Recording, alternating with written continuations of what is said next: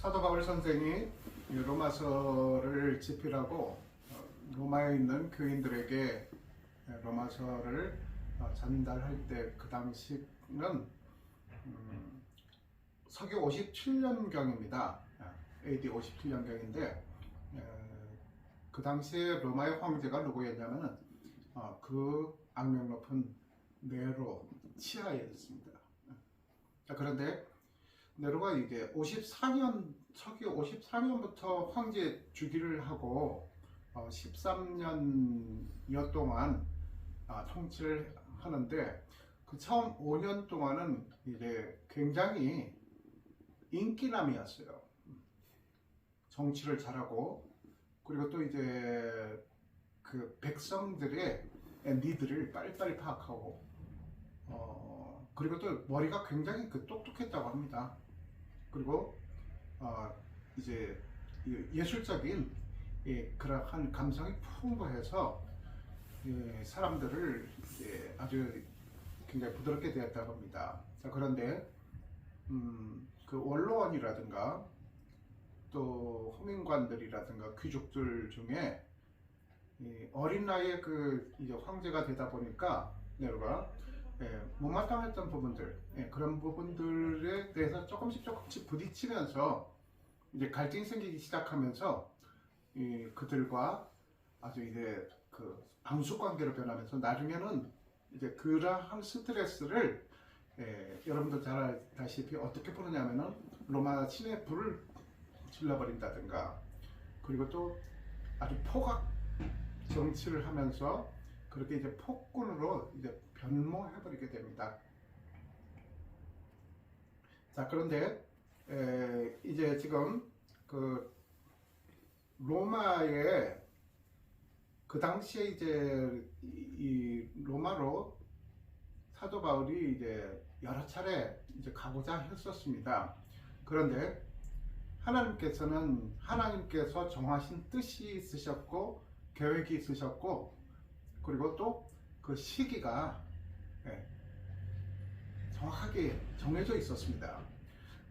그런데 사도 바울은 몇 번씩이나 로마로 이제 가고자 했는데 그것은 무엇이냐면은 여기서 넣는 교훈은 우리가 아무리 이제 하나님 안에서 주님의 일이니까 하나님께서 100% 나를 신뢰하시고 내 뜻과 일치할 거야 라고 이제 우리가 착각을 하는 경우가 있다는 것입니다. 그러나 그 하나님의 방법과 그 시기라든가 또 하나님께서 정하신 그 뜻은 우리 인간의 그런 수준을 훨씬 이제 능가하신다는 것입니다.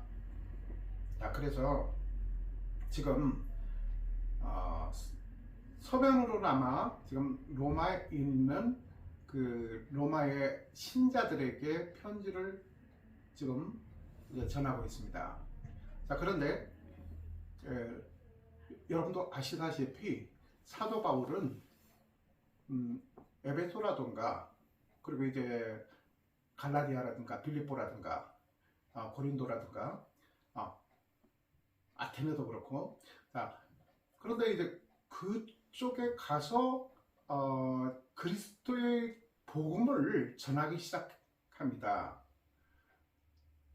그런데 여기서 보면 지금 그 로마에 있는 교인들, 이 교인들은 어떻게 된 것입니까? 사도 바울이 이제 가고 싶어도 가지 못했던 그러한 지역이었다는 것이나 로마가.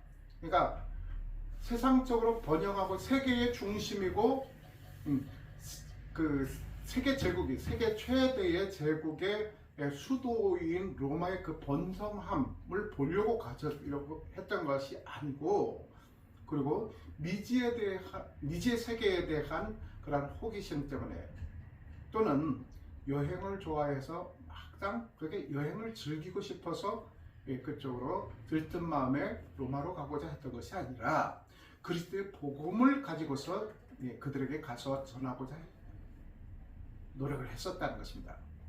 그런데 하나님께서는 아까 말씀드렸듯이 더 좋은 때를 예비를 해두셨다가 나중에 그 죄수의 신분이나마 로마로 이제 압송되면서 그 로마 교인들과 결국은 그 복음에 대해서 대면을 해서 전달하게 되지 않습니까?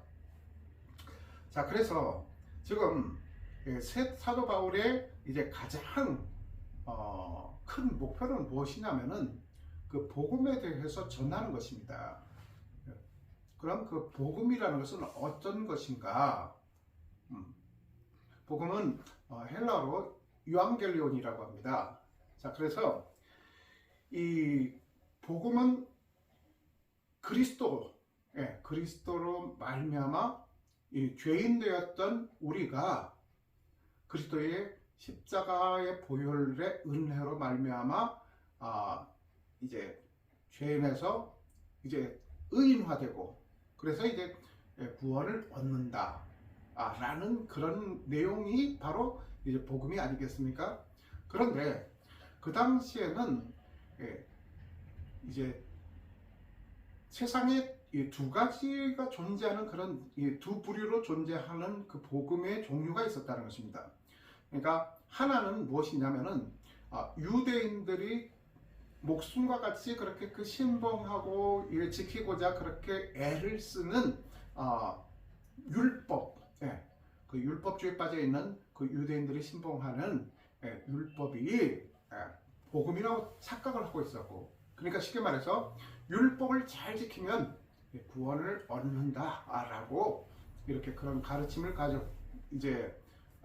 가르침을 전달을 했고, 지도자들이, 그리고 신도들은 그냥 그걸 당연하게 그 이외의 방법은 없다라고 그렇게 이제 생각을 하고 있었다는 것이죠. 그리고 또 다른 한 가지 이 복음이 존재하는 것은 무엇이냐면은 바로 지금까지도 서구 사회 또는 직간접적으로 우리 동양 사회까지 영향을 미친 그 그리스 헬레니즘, 그리고 또 로마 문화라는 것입니다. 로마네스코라는 것이죠. 자, 그래서 워낙 이제 제국이 로마 제국이 번영하고 그리고 또 문화가 워낙 찬란하다 보니까 그게 어떻게 보면 그 자체로서 이제 실황이 되어버린 것이에요. 그래서 나중에 공화정에서 그 제국이 공화정에서 이제 그 황제 신권주의로 그렇게 이제 변모되지 않습니까? 자, 그래서 지금 그 복음에 대해서 잘 정리가 되어 있지 않은 상황에서 이 지금 로마에 있는 교인들은 그럼 어떻게 된 것이냐? 아까 말씀드렸듯이 지금 다른 그 소아시아 지역이라든가 그리고 또 이제 그 대륙으로 넘어가도 이제 헬라 지역을 주로 마케도니아와 그리고 그 남부 헬라 지역을 통해서 이렇게 이제 그 사도 바울이 이제 전도 여행을 그렇게 이제 마쳤지 않습니까? 그런데 그 세계의 중심자라고 하는 로마로는 이제 간 적이 없었습니다. 그래서 이제 지금까지도 모든 길은 로마로 통한다고 할 정도로 로마는 정치, 경제, 문화, 예술, 그리고 또 이 법이라든가 토목 이런 것들에는 굉장히 역사 철학까지도 세계의 중심지 역할을 했습니다. 그래서 이제 로마로 이제 세계 이제 사람들이 몰려들기 시작했습니다. 자, 그래서 로마가 세계의 중심이 되었고 그렇게 이제 로마로 향하는 길이 형성되기 시작했던 것이죠. 그러니까 우리가 고속도로를 타게 되면 남쪽에서 이렇게 올라오게 되면 다 이제 그 끝이 최종 목적지가 어디입니까? 서울로 이렇게 향하잖아요. 경부고속도로, 그리고 서해안고속도로, 중부고속도로, 그리고 이제 저기 어디죠? 중부 내륙고속도로 이렇게 해가지고 계속 이렇게 이제 올라오고 하다가 이제 최종 목적지가 이제 서울이 되는 것처럼 세계의 모든 길이 이제 로마를 향하게 돼 있었잖아. 역으로 표현하면 왜 또 그게 이제 쉽게 조성이 되느냐? 로마가 세계로 진출을 해야 돼요. 정복 사업을 세계 정보를 이렇게 나가려고 하면은 이제 많은 군사를 예? 군사를 이끌고 출병을 해야 되지 않겠습니까? 그런데 이제 빨리 신속하게 그 정복 지역으로 침략을 하려고 하면은 이 출병할 군사들이 이제 출병할 이 도로가 있어야 돼요. 도로가 딱 깨져 있어야 되는 거예요. 그러다 보니까 가는 곳마다 그렇게 이제 그 도로를 닦고 하다 보니까 토목이라든가 건축에는 이제 기가 막히게 도가 타버린 것이에요. 그렇게 그 헬레니즘 로마 문화 그리고 유대인들은 유대인들 나름대로 그 율법주의에 사로잡혀 가지고 그 어떤 딜레마와 같은 그러한 그 자기 그 어떤 당착에 빠져서 그렇게 이제 불쌍하게 진정한 그 구원이 무엇인지도 모르고 그리고 복음이 무엇이고 주님의 의가 어떤 것인지도 진리가 어떤 것인지도 모르는 그렇게 암울한 그런 상황에서 살고 있었다는 것입니다. 겉으로 보기에는 너무 화려한 것이죠. 로마가 얼마나 화려합니까? 자, 그런데 그 화려함 속에 이렇게 자세히 그 영혼들을 들여다보니까 너무나 이제 그 영혼들이 이제 불쌍한 것이에요. 그러니까 사도 바울이 그 영혼들에 대한 그러한 연민이 대단히 그렇게 이제 대단히 큰 연민을 갖고 있었다는 것입니다. 그래서 그렇게 이제 목숨을 걸고 자기 자신을 내어줄 정도로 그렇게 이제 목숨을 걸고서까지도 그렇게 선교 여행을 이제 떠나게 된 것 아니겠습니까? 자, 그래서 아까 말씀드렸듯이 이 로마에 있는 이 크리스찬들에게는 사도 바울이 가서 복음을 전한 적이 없는데 어떻게 이 로마 사람들이 로마의 크리스찬들이 그리고 이제 그 디아스포라를 형성하는 그 로마에 거주하는 유대인들이 어떻게 예수 그리스도에 대해서 이제 접하게 되었느냐 하면은 이제 잘 아시다시피 유대인들은 세계 각지 각 도처로 디아스포라를 형성해서 그쪽에 이제 이 뿔뿔이 흩어져서 이렇게 그 집단 거류지를 형성했지 않습니까? 자, 그런데 예를 들면 로마라든가 그리고 헬라라든가 그리고 안디옥이라든가 페르시아라든가 그리고 남쪽으로는 저희 그 알렉산드리아라든가 구레네라든가 이런 쪽으로 이렇게 이제 다들 그 뿔뿔이 흩어져서 디아스포라를 형성하고 살고 있었던 그 유대인들이 유월절 때는 예루살렘으로 이제 다들 몰려들었다는 것입니다. 자, 그런데 지금 로마에 있는 디아스포라 유대인들도 예외 없이 이제 그 유월절에 예루살렘을 향해서 순례를 왔었다는 것입니다. 그런데 한번 어떤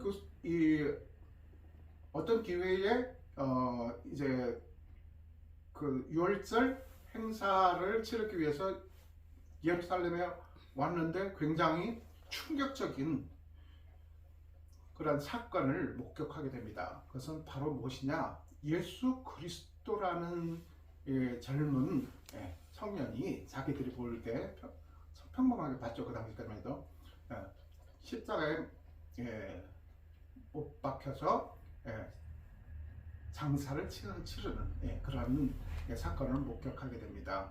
자, 그런데 그것도 끝난 것이 아니라 그걸로 끝날 줄 알았는데 그런데 그 청년이 다시 죽은 지가 장사 지은 지 3일 만에 다시 부활했다는 사건, 부활의 사건과 그리고 다시 승천하는 그런 사건, 또 계속 이제 남아서 이렇게 보니까 오순절 때 또 마가라는 사람이 그 집에서 이제 그 예수님을 따르던 그러한 그 사도들과 그들에게 이제 예수님과 사도들에게 교육을 받았던 그런 그 신도들이 성령의 이제 불을 내려받는 그런 체험하는 그런 놀라운 역사를 목격하게 됩니다. 그리고 또 그들이 결국은 하나님께 은혜를 성령의 뜨거운 불을 받고서 이제 그 각 나라 방언으로 그렇게 이제 복음을 전하는 것을 보고 깜짝 놀라게 되지 않습니까? 그래서 그들이 예수님을 이제 체험하게 됩니다. 그래서 다시 로마로 돌아가서 입과 입으로 이제 그러한 예수 그리스도에 대한 그 소문이 퍼져나가게 됩니다. 그것이 바로 무엇입니까? 복음이 전파되는 것 아닙니까? 자, 그래서 지금 이 로마에 있는 교인들에게 지금 이제 왜 사도 바울이 또 여러 번 가고자 했느냐면은 세계의 중심이기 때문에 가고자 한 것도 있지만 그들이 정확하게 그 예수 그리스도에 대해서 체계적으로 그렇게 지식적으로 이제 배우질 못했습니다. 그렇기 때문에 그들에게 가서 예수 그리스도에 대해서 정확하게 이제 전하고자 했던 것이죠. 그러니까 우리가 신앙생활을 하면서 뭐 성경에 나와 있는 것들은 이제 다 제껴두고 성경은 그냥 뭐 이제 관심이 없고 내가 하나님 앞에 그 하나님한테 믿음만 갖고서 열심히 믿음 생활하면 그게 신앙생활하는데 큰 지장이 없을 것이다, 그렇게 착각하는 분들이 계신데 그렇지가 않다는 것입니다. 그러니까 이 주님의 말씀이 우리 신앙 가운데에 이렇게 들어가서 그 말씀이 기본이 돼서 그 말씀을 토대로 해서 이제 더 우리의 신앙이 더 견고해진다는 것입니다. 자, 그래서 지금 그 사도 바울이 그러한 이유로 인해서 로마에 있는 교인들에게 지금 편지문을 이제 전달하고 있는데 지금 본문 1장 8절에 보면 먼저 내가 예수 그리스도로 말미암아 너희 모든 사람에게 관하여 내 하나님께 감사함은 너희의 믿음이 온 세상에 전파됨이라 했습니다. 그래서 그 예수 그리스도로 말미암아 너희 모든 사람에게 관하여 내 하나님께 감사하다는 것입니다. 그러니까 너희 모든 사람들은 누구냐면은 그 로마에서 신앙생활을 하고 있는 로마 교인들을 말합니다. 그 로마 교인들이 결국은 나중에는 어떻게 됩니까? 네로 치하에서 그리고 그 이후로 계속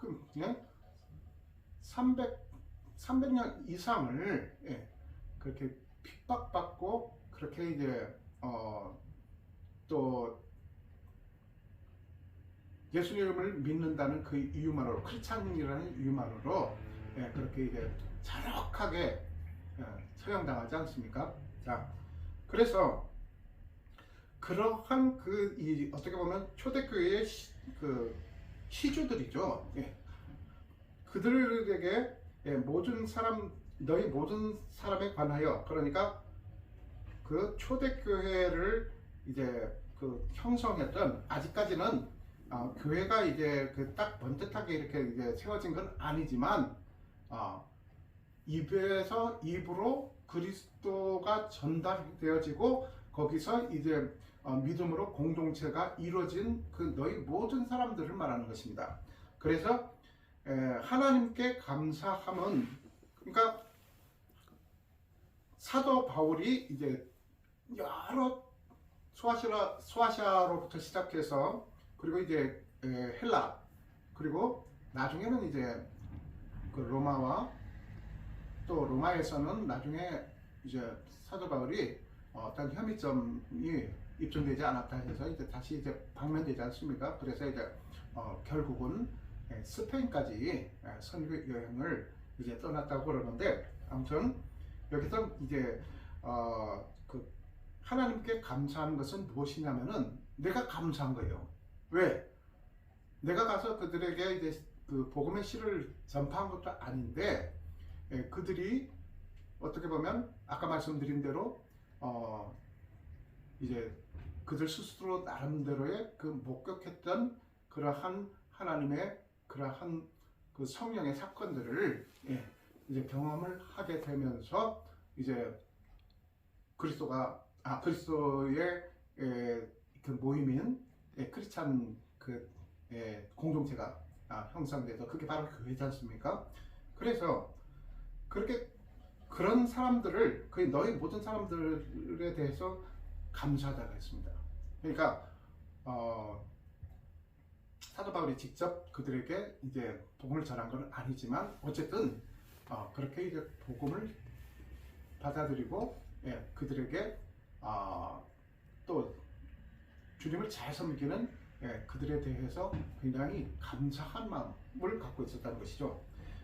왜 감사하냐면은 너의 믿음이 온 세상에 전파됨이로다. 그러니까 그들의 믿음이 온 세상에 전파되었다고 했어요. 그러니까 무엇입니까? 그들이 만약에 유대인이기 때문에 더군다나 유대인들이 선민사상이 있지 않습니까? 그러니까 이방인들하고 쉽게 이렇게 좀 뭔가 이렇게 말을 섞으려고도 안 하고 타협을 하려고도 안 하고 폐쇄적으로 자기들만의 그 공동체를 집단 공동체를 형성해 가지고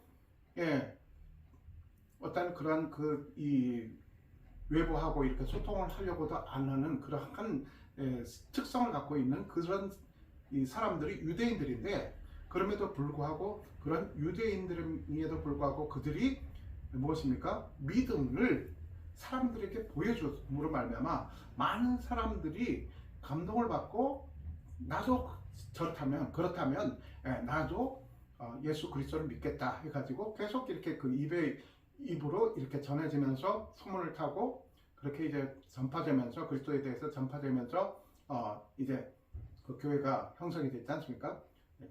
그래서 우리가 이제 신앙생활을 열심히 하는 것 좋습니다. 성경을 아주 날마다 성경을 묵상하고 읽고 묵상하고 그리고 또 교회 와서 봉사도 많이 하고 하나님을 위한 그런 선교 사업에도 아주 적극적으로 참여하고 하는 것 좋은데 그러나 세상 사람들이 이렇게 봤을 때 세상 사람들에게 그래도 우리의 믿음이 그들에게 뭔가 이렇게 거부감을 일으키거나 뭔가 이렇게 좀 혐오스러운 그런 모습이 아니라 그들이 보고서 우리의 모습을 보면서 그렇다면 나도 예수 그리스도를 한번 믿어보고 싶다 라고 그들에게 영향을 끼칠 정도로 우리의 그 모습이 복음 안에서 말씀 안에서 아름다운 모습으로 그들에게 비춰져야 된다는 것입니다. 그런데 현실은 어떻습니까? 교회가 많이 욕을 먹지 않습니까?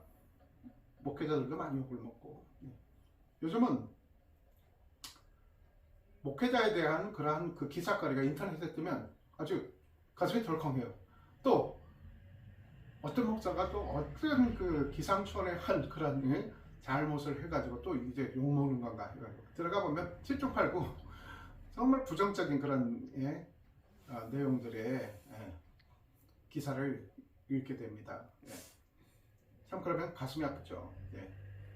그래서 우리가 진정한 크리스찬이라면 정말 사람들에게 세상 사람들에게는 욕을 먹더라도 나만 잘 믿으면 된다. 그게 아니라 정말로 세상 사람들에게 내 모습을 이렇게 이제 보여줬을 때 크리스찬으로서 하나님을 믿는 자녀로서 그들에게 귀감이 될 정도로 그러한 선한 모습과 그런 영향력을 그들에게 이제 펼쳐 보일 수 있어야 된다는 것입니다. 그래서 동참할 수 있게끔 우리의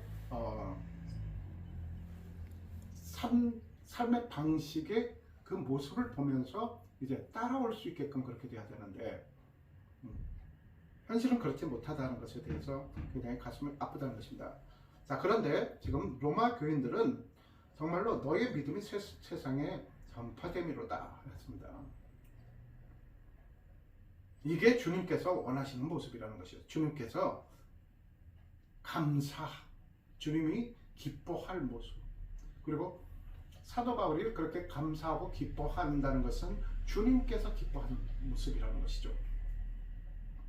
그래서 9절에 내가 그의 아들의 복음 안에서 내 심령으로 섬기는 하나님이 나의 증인이 되시거니와, 그러니까 그의 아들의 복음 안에서, 그러니까 예수 그리스도의 복음 안에서라고 했으니까, 자, 그래서 내 심령으로 섬기는 하나님이 나의 증인이 되시거니와 했습니다.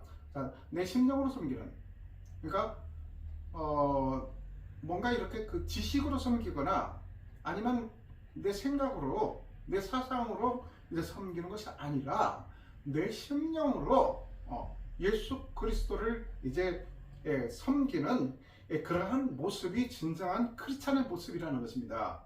자, 그래서 내 심령으로 섬기는 하나님이 나의 증인이 되시거니와, 그러니까 무엇입니까? 자, 내가 하나님의 증인인데 가는 곳마다 무엇입니까?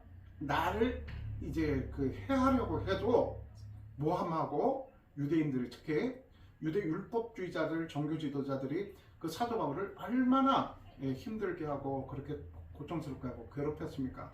그럴 때마다 하나님께서는 항상 뭡니까?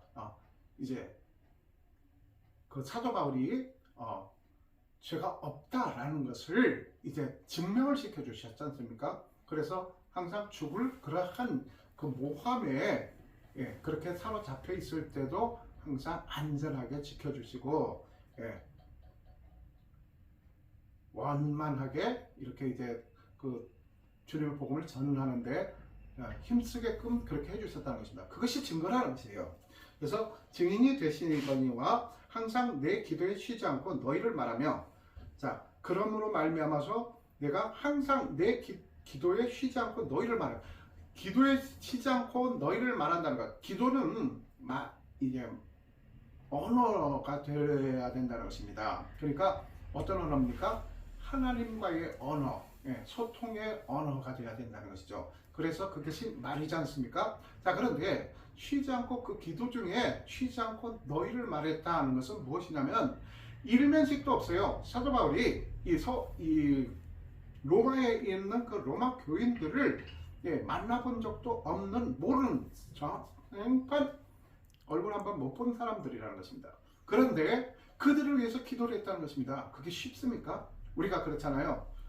친한 지인들이라든가 교회에서 아는 신도들끼리 같이 앉아서 말하면서, 김집사 요즘 왜 그래? 안색이 안 좋아. 무슨 고민 있어? 하면 내가 이런 고민이 있어요. 어떤 사람은 가정의 문제, 어떤 사람은 부부의 문제, 어떤 사람은 취업의 문제, 어떤 사람은 또 자녀의 문제, 이런 거 가지고서 이제 굉장히 힘들어할 수 있잖아요. 자, 그러면 꼭 하는 얘기가 뭘까? 걱정 마, 하나님께 도와줄 것이야. 내 기도할게, 그러잖아요. 자, 그런데 내 기도할게 해놓고 기도를 안 하는 그런 사람이 있습니다. 그리고 또 기도한다고 약속한 것이 내가 언제 그랬지? 하고 까먹어 버리는 사람들이 있습니다. 그것은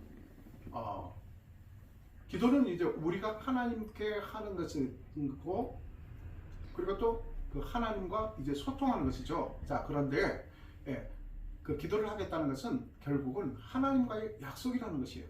그런데 그것을 인사치레로 그렇게 기도하겠다라는 그런 약속을 남발한다든가, 아니면 내 기도할게 하면은 뭔가 이렇게 자기가 영적으로 좀 뭔가 무장된 것처럼, 그리고 신앙이 좀 좋아 보이는 사람처럼 그렇게 포장을 하려고, 그러면 내가 기도한다고 하면은 사람들이 내가 항상 기도하는 사람이구나, 그리고 남들을 위해서도 기도해주는 사람이라구나, 그렇게 인정해 줄 것이라는 그런 기대감 때문에 그러는 거죠. 그런 경우가 있다는 것입니다, 종종. 자, 그런데 정말로 기도를 한다고 하면 그들을 위해서 기도를 해줘야 된다는 것입니다. 근데 여기서는 보면은 아까 말씀드렸듯이 알지도 못하는 그런 이제 사람들인데, 다만 그리스도를 믿는다는 그 자체만으로 그들을 위해서 쉬지 않고 기도할 때마다 그들을 위해서 말했다는 것, 기도를 했다는 것입니다. 하나님께 기도를 해줬다는 것입니다.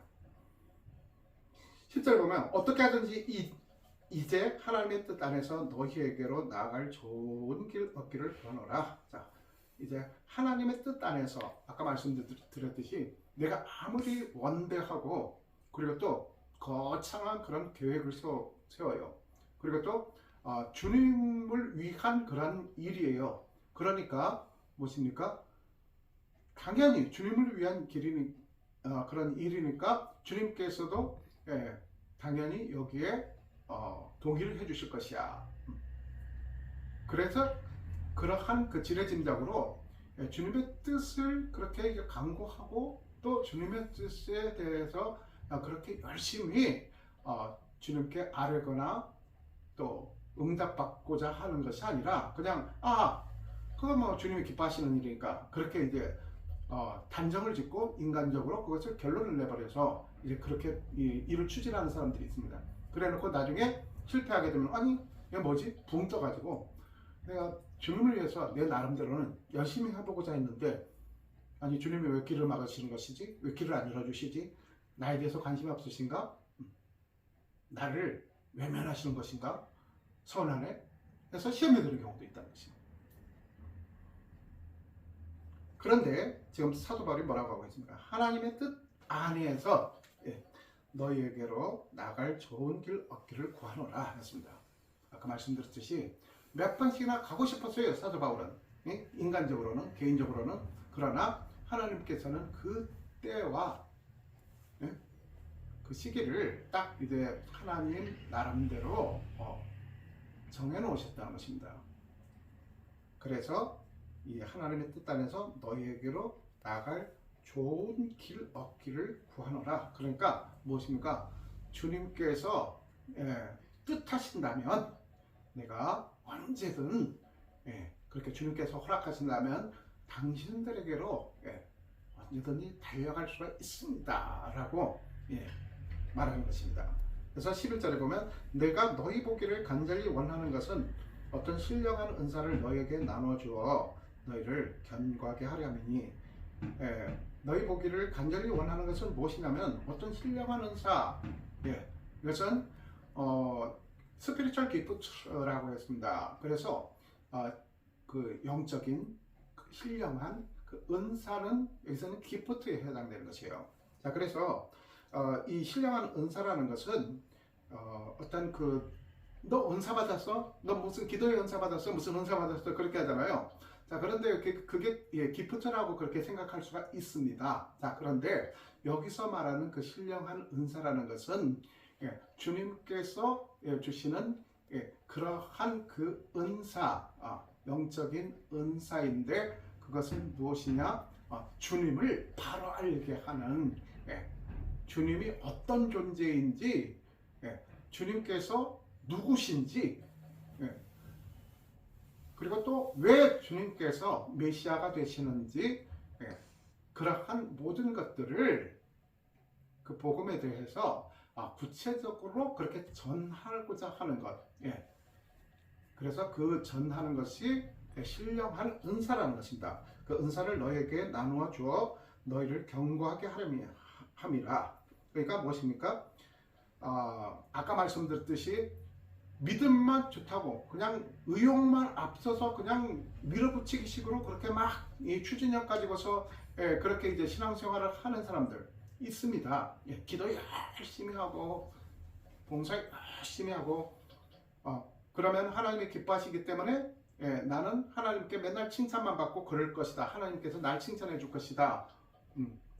당연히 기도 많이 하고 봉사 많이 하고면 하나님께서 칭찬해 주신 거 맞죠. 그러나 신앙생활에 있어서 그게 모든 것이 아니라 반드시 이제 그 신령한 은사를 받아야 되는데 아까 말씀드렸듯이 그리스도에 대해서 우리가 정확하게 알려고 하면 어떤 것입니까? 주님의 말씀을 우리가 정확하게 받아들이고 이해를 할 수 있어야 된다는 것입니다. 그래서 그러한 그 말씀이 바탕이 안 되면 사상누각, 그러니까 모래 위에 집을 짓는 것이나 마찬가지다. 금방 쓰러집니다. 바람이 불거나 비바람이 치고 거센 파도나 풍랑이 일면 그냥 모래 위에서 그냥 주저앉아 버린다는 거죠. 자, 그런데 그렇게 이제 그 주님에 대해서 우리가 이제 말씀으로 그러니까 그러한 신령 은사를 받아들이게 된다면 그러니까 견고해진다는 것이에요. 견고하다는 것은 무엇입니까? 흔들림이 없다는 것이지 않습니까? 우리 신앙이 흔들리지 않기 위해서는 주님의 복음을 정확하게 우리가 알아야 된다는 것입니다. 그렇기 때문에 성경에 대해서도 우리가 내가 듣기에 좋은 말, 그러한 그 말만이 그게 아주 은혜롭다고 그렇게 이제 생각하는 것이 아니라 정말 내가 이제 그 듣기에 조금 불편한 것 같지만 그러나 주님께서 정확하게 원하시는 것이 무엇인가? 그래서 이제 거기에 이제 그렇게 이제 접근을 하게 된다면 정말로 우리의 믿음이 견고해지고 흔들림이 없어진다는 것입니다. 자, 그래서 여기서 12절 이는 곧 내가 너희 가운데서 너희와 나의 믿음으로 말미암아 피차 아니함을 얻으려 함이라. 자, 그것은 무엇이냐? 내가 너희에게 이 복음에 대해서 그 신령한 은사를 이렇게 나눠줄 수 있는데 내가 일방적으로 너희에게 가르쳐 주는 것만이 아니라 나 역시도 너희들로 인해서 그러한 복음의 에너지를 나도 이제 받고 싶다. 그러니까 피차란 말이 나온 것이에요. 그러니까 아무리 그 사도 바울이 똑똑하고 그러한 예수 그리스도에 대해서 이론적으로 논리적으로 아주 잘 정리가 되어 있다고 하더라도 무엇입니까? 사도 바울 혼자서 독불장군식으로 그렇게 이제 주님의 사역을 하게 되면 어떻게 되겠습니까? 굉장히 어렵고 힘들지 않겠습니까? 그러니까 내가 영적으로 뭔가 이렇게 이제 좀 많은 도전을 받을 때에 주위에 이제 믿음의 용사들이 이렇게 쫙 깔려 있어요. 그들로 인해서 이제 기도로 지원도 받고 또 그들이 어떤 그 하나님을 잘 믿는 그러한 모습을 보면서 나도 동기부여가 되고 또 그것을 이제 그러한 모습을 롤 모델로 삼아서 나도 그거를 직간접적으로 배우고 또 내 마음속에 그것을 이제 믿음으로 그리고 내 마음속에 그걸 신앙으로 더 이제 돈독하게 그리고 또 견고하게 이렇게 믿음을 쌓아나갈 수가 있다는 것입니다. 형제들아 13절에 내가 여러 번 너희에게 가고자 한 것을 너희가 모르기를 원하지 아니하노니 그러니까 여러 번 너희에게 가고 싶어 했거든 했었는데 그러나 이는 너희 중에서도 다른 이방인 중에서와 같이 열매를 맺게 하려 함이로되 지금까지 길이 막혔도다. 근데 지금까지 길이 막혔어요. 하나님께서는 아직까지는 너가 지금 거기 갈 때가 아니고 바울아 지금 빌립보라든가 고린도라든가 거기에 그 타락한 그 곳이 영적으로 타락한 그 고린도라든가 특히 그런 쪽에 데살로니가라든가 이런 데 그런데 먼저 가서 그러니까 그 일의 선후순위를 하나님께서 너무나 명백하게 그렇게 정해놓으셨다는 것입니다. 그렇기 때문에 내가 마음으로는 너희들에게 몇 번씩 가고자 했었다는 것이다. 그러나 지금까지 길이 막혔었다라는 것이에요. 그래서 여기서 너희 중에 다른 이방인 중에서와 같이 열매를 맺게 하려 함이로되 했습니다. 다른 이방인들 어떤 이방인들이니까 헬라인이라든가 그 유대주의에 빠져있는 그 유대인들 그리고 또 혈통적으로 유대인들 말고 다른 이방인들 헬라인들을 포함한 그런 그 이외의 지역의 모든 사람들 그런 이방인들 같이 그러니까 사도 바울이 가장 먼저 어느 지역을 도착하더라도 먼저 우선순위가 누구에게 가서 이제 먼저 복음을 전했습니까? 그러니까 유대인들에게 했죠. 유대인들에게 가서 유대인 회당에 가서 전하고 또 공개된 장소에서 가서 공공장소에서 주님을 그리스도의 복음에 대해서 전했습니다. 그런데 많은 유대인들이 거부감을 가졌었죠. 그리고 또 오히려 사도 바울을 모함하고 중상모략하고 해하려고 했다는 것입니다. 그런데 오히려 헬라인들이라든가 그리고 이방인들이 더 복음을 이제 잘 받아들였다는 것입니다. 그렇게 열매를 맺었다는 것입니다. 자, 그래서 여기서 그들과 같이 이방인 중에서와 같이 너희들도 열매를 맺게 하려 함이로되 라는 말입니다. 그래서 여기서 열매라는 것은 무엇이냐? 사도 바울이 말했던 성령의 9가지 열매를 지칭할 수가 있다는 것입니다. 자, 그러니까 사랑과 희락과 화평과 오래 참음과 자비, 양성, 충성, 온유, 절제, 이 9가지 성령의 열매를 말하는 것입니다. 그러니까 무엇이냐? 이것은 우리가 신앙생활을 하는데 우리가 우리 삶 가운데에서 이 9가지 열매가 풍성히 우리 삶의 현장 속에서 열매 맺을 수 있어야 된다는 것입니다. 세상 속에서도. 자, 그래서 여기서 이제 그 열매를 맺게 하려 함이로되 그런 그 열매를 맺게 하려고 했는데 지금까지는 때가 아니었다. 길이 막혔도다. 라고 그렇게 얘기하는 것입니다. 그러니까 오해하지 말아라. 라는 것이죠. 자, 그래서 헬라인이나 야만인이나 지혜 있는 자나 어리석은 자에게 다 내가 빚진 자라. 했습니다. 이 빚진 자라고 했어요. 그러니까 헬라인에게 빚졌습니까? 야만인들에게 빚졌어요. 사도 바울이 돈을 꿨어요. 차용증서 써가지고 어이 사도 바울씨, 바울씨 그 사업자금으로 그때 빌려간 거 언제 갚으실 거예요? 저도 요즘 그 자금이 잘 융통이 잘 안 돼가지고 힘들어요. 빨리 회수해야 되겠어요. 이렇게 해서 지금 빚졌습니까? 그게 아닙니다. 여기서 빚이라는 것은 무엇이냐면 바로 하나님에 대한 빚이 곧 이 이방인들에 대한 빚이 된다는 것입니다. 어떤 빚입니까? 그러니까 사도 바울이 어떤 출신입니까? 원래 열심당원이었어요. 유대인으로서 유대인 중에 바리새파 중에서 바리새파였고 유대인 중에 진짜 아주 골수 유대 지파라는 것이었습니다. 자, 그런데 여기서 그 열심당원으로서 이 사람들에게 진짜. 근데 사도 바울이 어떤 출신입니까? 열심당원이었어요. 그래서 이제 그 예수 믿는 사람들을 이제 그 예루살렘 공회에 넘겨서 종교 지도자들한테 넘겨가지고 처형하게끔 만들고 그리고 또 그리스도를 아주 대놓고 그렇게 핍박하고 돌아다녔던 사람들입니다. 그래서 이제 언제 그리스도를 만나게 되죠? 사도 바울이 다메섹으로 이 예수 믿는 사람들 잡으러 가다가 그 다메섹 성 들어가기 전에 다메섹 도상에서 예수 그리스도를 만납니다.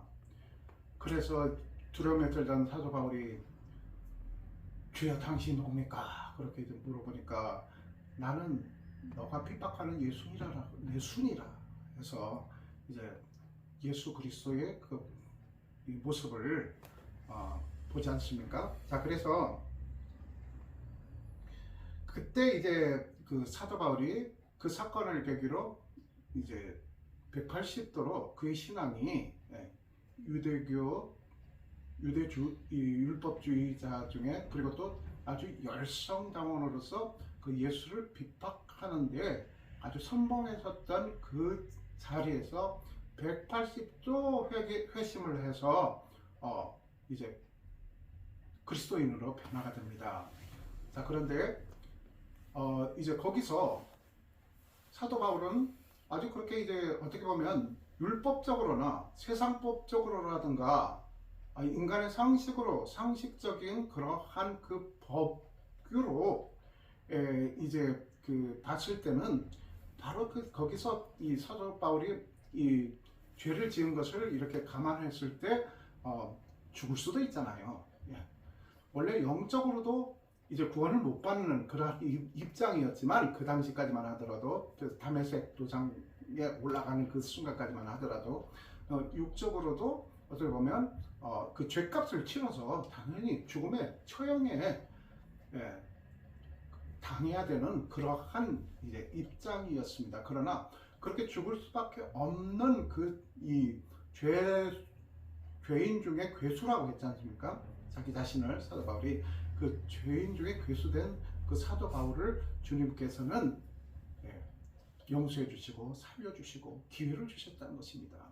그러니까 그리스도에 대해서 그리고 하나님께 대해서 자신이 이렇게 빚을 졌다는 것입니다. 그것이 생명의 빚, 그러니까 영생의 빚을 졌다는 것이죠. 자, 그래서 본인이 거기서 내가 그러면 앞으로는 이제 새 사람이 되었는데 이제 앞으로는 그럼 주님을 위해서 살고 싶다. 그럼 내가 할 수 있는 것은 무엇인가? 내가 갖고 있는 그러한 은사는 어떤 것인가? 바로 이방인들에게 가서 내가 주님의 복음을 전함으로써 주님께 그 진 빚을 내가 갚고야 말겠다 해서 이방인들을 대상으로 선교를 이제 선교 여행을 떠나지 않습니까? 그래서 이방인들을 대상으로 복음을 전파하지 않습니까? 그래서 이방인의 사도라고 그러한 이제 별칭이 붙게 됩니다. 그래서 그러한 이제 주님에 대한 그런 빚이 결국은 무엇입니까?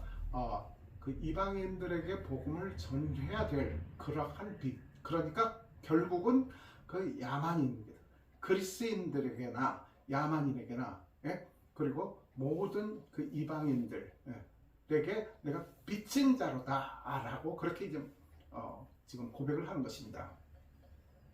자, 그래서 15절에 그러므로 나는 할 수 있는 대로 로마에 있는 너희에게도 복음을 전하기를 원하노라.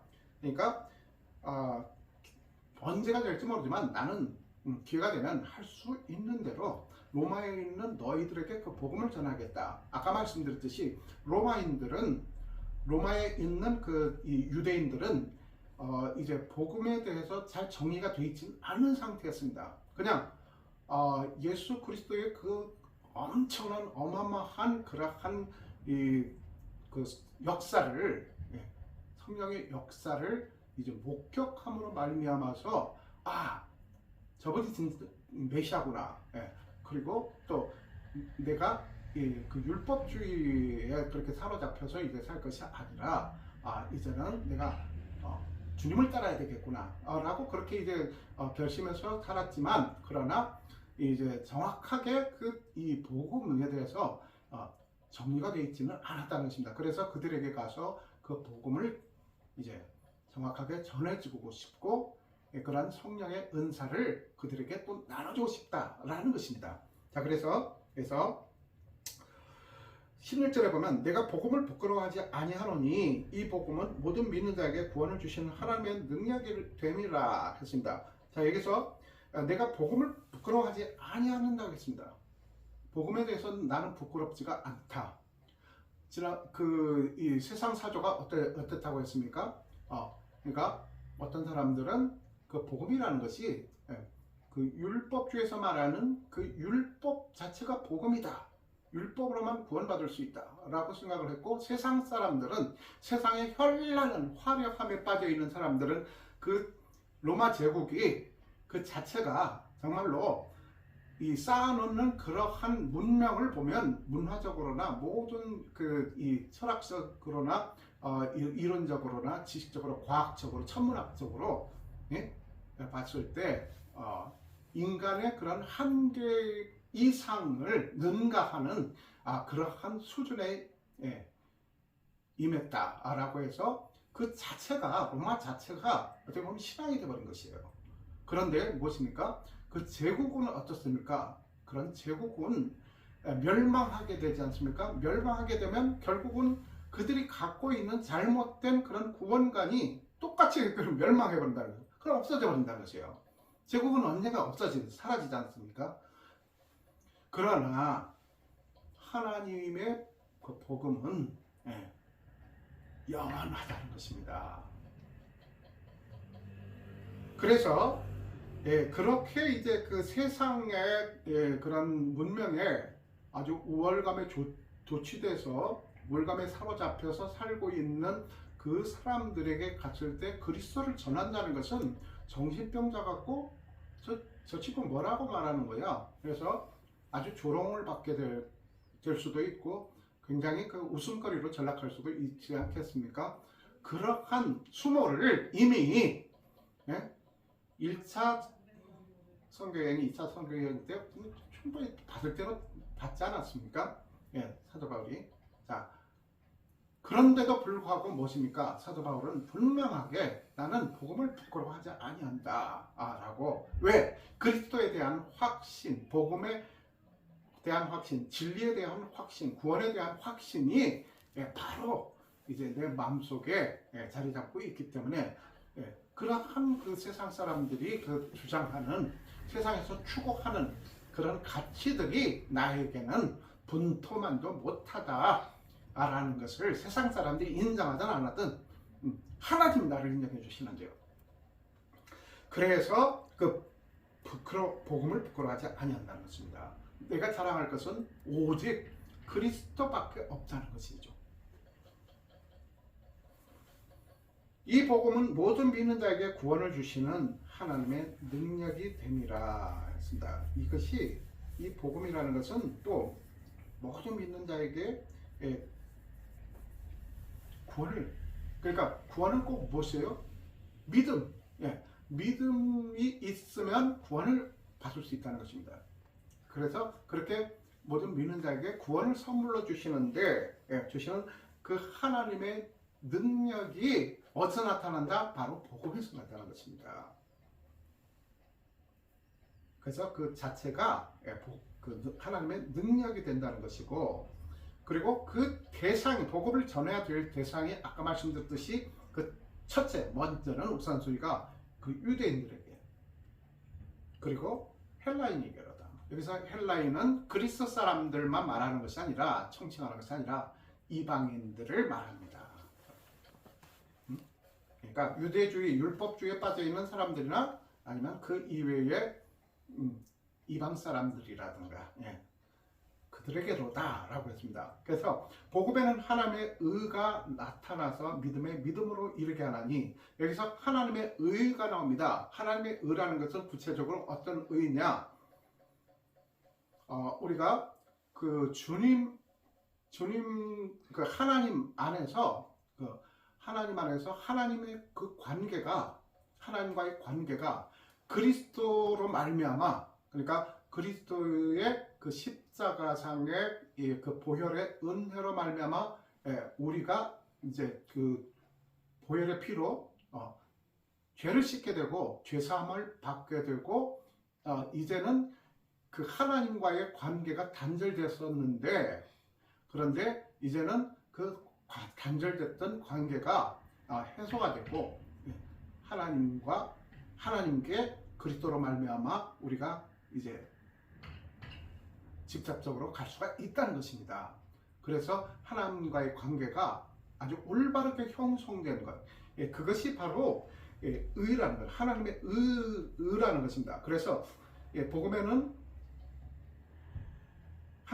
쉽게 말해서 하나님의 의에는 이제 어떤 것으로 인해서 그 이제 하나님의 의가 나타나느냐, 복음으로 인해서 나타나게 돼요. 그래서 복음에는 하나님의 의가 나타나서 믿음에 이르게 하나니, 그러니까 믿음에 하나님의 의가 나타나서 그 믿음이 다시 더한 믿음, 그리고 또 다른 믿음, 이런 믿음을 계속 이렇게 형성하게끔 해준다는 것입니다. 그러니까 쉽게 말해서 무엇입니까? 로마에 있는 디아스포라, 이 유대인들이 이제 너희 믿음이 온 세상에 전파됨이라고 했지 않습니까? 그러니까 그 믿음이라는 것이 그냥 이제 그 정체되어 있는 것이 아니라, 믿음은 유동적인 것이에요. 그래서 이제 믿음으로 믿음에 이르게 하나니 기록된 바 오직 의인은, 여기서 의인이라는 것은 아까 말씀드렸죠. 그러니까 하나님의 의가 이렇게 형성되어 있는 사람. 다시 말해서 하나님의 관계, 하나님과 나와의 관계가 바로 이렇게 이제 맺어진 관계에 있는 사람들, 그런 사람들이 바로 의인이라고 할 수 있다는 것입니다. 그래서 오직 의인은 믿음으로 말미암아 살리라 함과 같으니라. 그래서 여기서 그 의인이 율법으로 사는 것이 아니라, 율법에 의해서 이제 사는 것이 아니고, 여기서 산다는 것은 무엇입니까? 믿음으로 말미암아 산다는 것은 구원을 얻는다는 것입니다. 영원히 사는 것을, 그런 그 믿음을 말하는 것입니다. 그러니까 죽지 않고 계속 산다는 것이 아니라, 여기서 말하는 산다는 것은 영원히 우리가 이제 그 믿음으로 말미암아 살 수 있다는 것입니다. 구원을 얻는다는 거죠. 영생을 얻는다는 것입니다. 자, 그런데 아까 말씀드렸듯이 그런 것들이 율법주의자들이 그 주장하는 대로 그 율법을 잘 지킴으로 인해서 이제 그 우리가 살 수 있는, 영원히 살 수 있는 것이 아니고, 그리고 또